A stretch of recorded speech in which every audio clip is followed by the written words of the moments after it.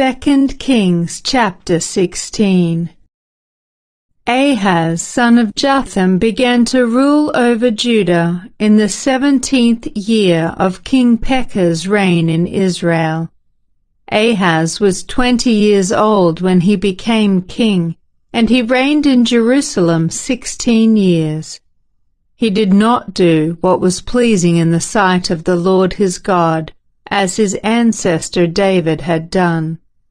Instead, he followed the example of the kings of Israel, even sacrificing his own son in the fire. In this way, he followed the detestable practices of the pagan nations the Lord had driven from the land ahead of the Israelites. He offered sacrifices and burned incense at the pagan shrines and on the hills and under every green tree. Then King Rezin of Aram and King Pekah of Israel came up to attack Jerusalem. They besieged Ahaz, but could not conquer him. At that time the king of Edom recovered the town of Elath for Edom. He drove out the people of Judah and sent Edomites to live there, as they do to this day. King Ahaz sent messengers to King Tiglath-Pileser of Assyria with this message: "I am your servant and your vassal. Come up and rescue me from the attacking armies of Aram and Israel." Then Ahaz took the silver and gold from the temple of the Lord and the palace treasury and sent it as a payment to the Assyrian king.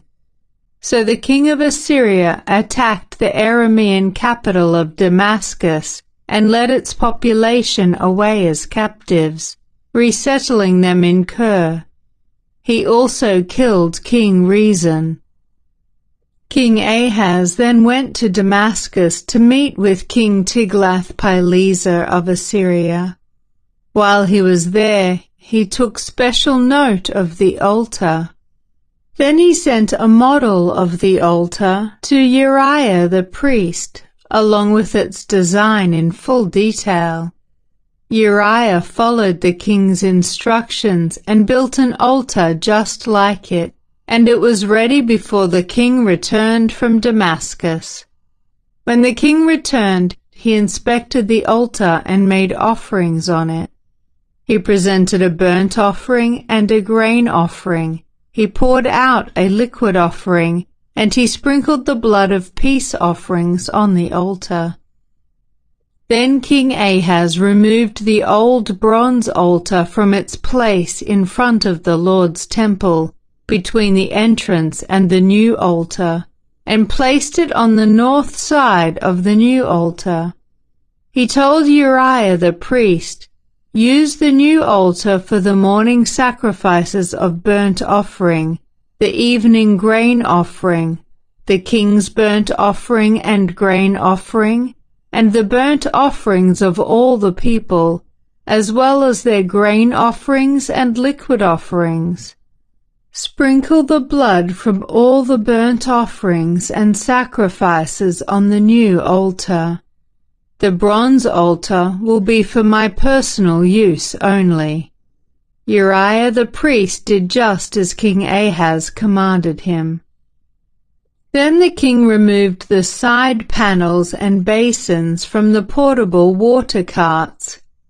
He also removed the great bronze basin called the Sea from the backs of the bronze oxen and placed it on the stone pavement. In deference to the king of Assyria, he also removed the canopy that had been constructed inside the palace for use on the Sabbath day, as well as the king's outer entrance to the temple of the Lord. The rest of the events in Ahaz's reign and everything he did are recorded in the book of the history of the kings of Judah. When Ahaz died, he was buried with his ancestors in the city of David. Then his son Hezekiah became the next king.